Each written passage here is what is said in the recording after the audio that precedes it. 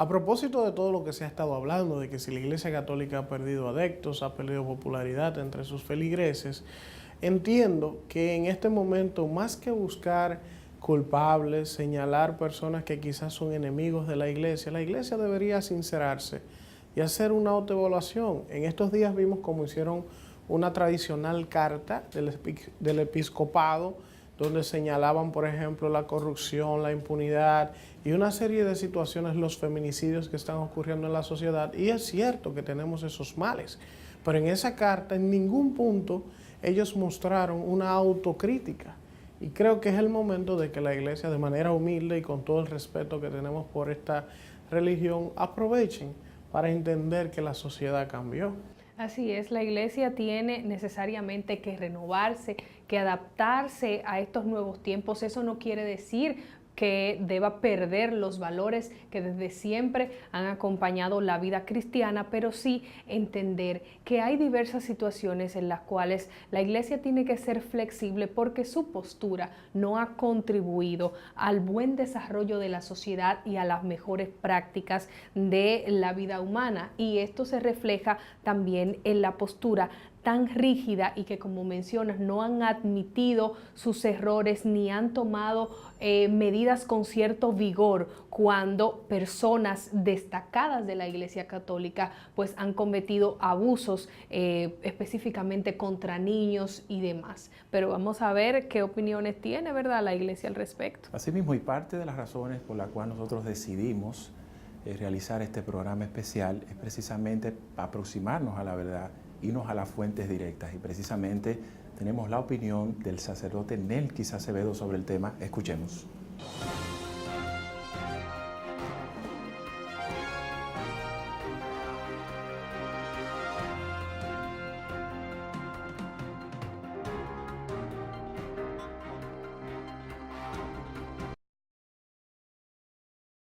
Evidentemente, hay algo que no podemos negar: la iglesia del futuro será siempre una iglesia más pequeña.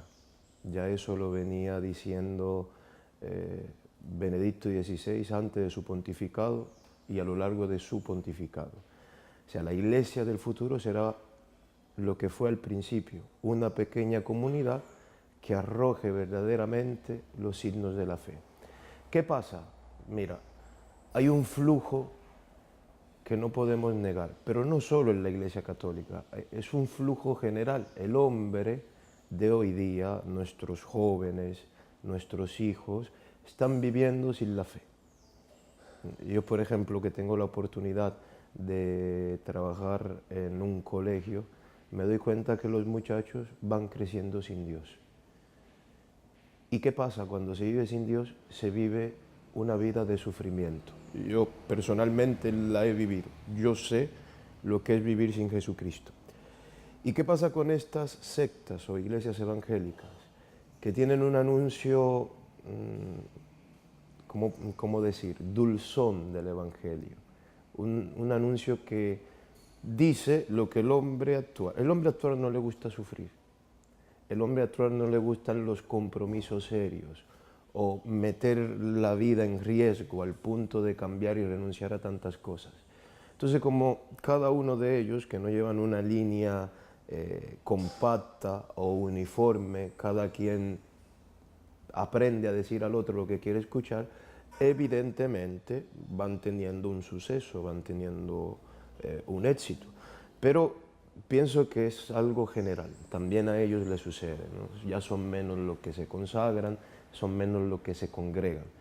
Y son muchas las iglesitas que se van cerrando también. Yo recuerdo de donde soy, en la casa de mis padres, alrededor teníamos como 7 iglesias. Cuando fui en Navidad ahora a visitar a mis padres, queda una, ¿no? Va menguando, evidentemente. En cuanto al caso nuestro, vuelvo y repito, por eso nosotros venimos trabajando un nuevo tipo de eclesiología. Hubo un momento en que Dios quiso que la iglesia fuera una iglesia masiva, fuera una iglesia abundante. Y al ser grande, pues evidentemente muchos signos, muchos milagros, muchos portentos dejaron de percibirse. Y Dios nos va llevando de nuevo a los orígenes, ¿no? Va preparando a su iglesia a ser esa pequeña comunidad que siempre ha sido llamada a ser tal. Una pequeña comunidad donde se den verdaderamente los signos de la fe. Será una iglesia menos poderosa, será una iglesia menos militada, pero una iglesia que viva seriamente el encuentro con Jesucristo.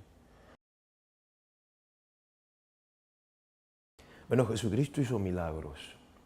Si leemos todas las Sagradas Escrituras, veremos que están llenas de milagros y portentos, si queremos. Llega un momento, sobre todo en el Nuevo Testamento, que los milagros físicos desaparecen. Porque aparece en la iglesia el milagro más grande de todos, que es el milagro moral. Yo soy rector de un santuario arquidiocesano, donde la gente viene muchas veces dentro de nuestra mentalidad y religiosidad en busca de un milagro físico, que son importantes, muchas veces Dios los concede, pero no son lo que determinan la grandeza de Dios. O sea, el milagro más grande es el milagro moral. Yo he visto a un hombre salir del alcoholismo, cambiado por la palabra. Yo he visto a un marido dejar golpear a su mujer, porque la palabra le ha transformado. Pon que este hombre que golpeaba a su mujer era manco, y Tibi Joshua le arregla la otra mano. Vamos, ahora que le va a dar trompa a la mujer, tiene dos manos. O sea, el verdadero milagro es que este hombre se encuentre con Jesucristo al punto que le transforme. Lo de manco, ciego, cojo, no, es indiferente. Entonces, ¿por qué en la iglesia esos milagros fascinantes que nos gusta, y este hombre se metió en un estadio y la gente, no lo tenemos? Porque en sí no son los más importantes. Pero si quieren ver milagros, pues yo te presento a José, que era ladrón y nos roba. Te puedo hablar de María, de Paula, de mi comunidad, que era prostituta, ya no lo es. Te puedo hablar de milagros auténticos, he visto, hermano, perdonar lo imperdonable, apoyado en la palabra. O sea, milagros a miles. Cuando una persona entra en el alcohol, entra movido por muchas cosas. Y llega un momento en que quiere y no puede. Por lo tanto, hace falta una fuerza más grande y superior que mueva tal. Decir que fulano dejó de robar o dejó de drogarse o dejó de beber parece muy fácil, siempre y cuando tú no hayas sido esclavo. Aquel que haya sido esclavo entiende verdaderamente el milagro del cual estoy hablando. Yo he llorado muchas noches, queriendo y no pudiendo. Por lo tanto, cuando se da y se obra este cambio de conducta, como dices tú si quieres, sabe que es algo que no viene de ti.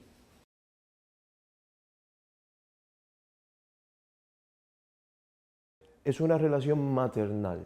No sé cómo explicarlo, no era yo de espiritualidad muy mariana.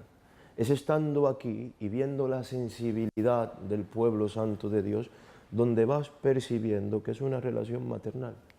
Muchas veces gente que ha pedido a Dios muchas cosas y aparentemente siente que Dios todavía no se la da. ¿Qué hace? Va por abajo y le dice, hey, ya yo hablé con él, ya le presenté la causa, habla tú, a ti te escucha. Él a su mamá no le niega nada, ¿me entiendes? Entonces muchas veces estas peticiones que se traen a los pies de la Virgen Madre ya han sido hechas en nuestras oraciones al Padre.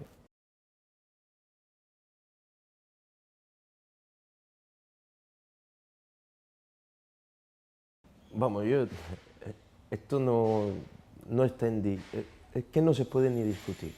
O sea, que dos hombres o dos mujeres estén juntos, podemos llamar a eso matrimonio. Y no es cuestión de desprecio. Me libre Dios de juzgar y despreciar. Y si con estas palabras lo estoy haciendo, pues Dios lo tenga presente el día en que yo sea juzgado. Pero es que estamos hablando de algo abominable. La ley suprema de la Iglesia es que todas las almas se salven. Hay veces que se piensa que nosotros nos pronunciamos y hablamos porque nos queremos meter en la vida de la gente y decir lo que es bueno o lo que es malo. No, amigo mío, usted es libre y un día todos seremos juzgados ante el Padre. Y usted es libre de sus actos. Si usted quiere meterse con un hombre, métase con un hombre. Usted es libre. Ahora bien, la iglesia no puede quedarse callada. ¿Por qué? Porque la iglesia tiene una misión en este mundo, que las almas se salven. Y un homosexual no entra en el reino de los cielos. No es un discurso de aprobación o no, de desprecio o no. Es que Dios ha dicho que en su reino un homosexual no entra, como no entra un ladrón, como no entra un avaro, como no entra un falso. No estoy diciendo que es solo un homosexual. Entonces la iglesia se pronuncia de frente a aquello que le impide a un alma salvarse. Y en eso todas las iglesias estamos muy en comunión. Yo he visto a los hermanos protestantes a la hora de pronunciarnos contra el aborto. ¿Por qué? Porque la iglesia tiene que opinar. El vientre de una madre es de ella y si quiere abortar, aborta. Sí, es libre, pero un asesino no entra en el reino de los cielos. Entonces en eso los cristianos, hablo en general, no de iglesias concretas, Dios nos ha dado la gracia de unirnos y pronunciarlo. ¿Por qué? Porque aquí el punto no es opinar, no es que somos metiche.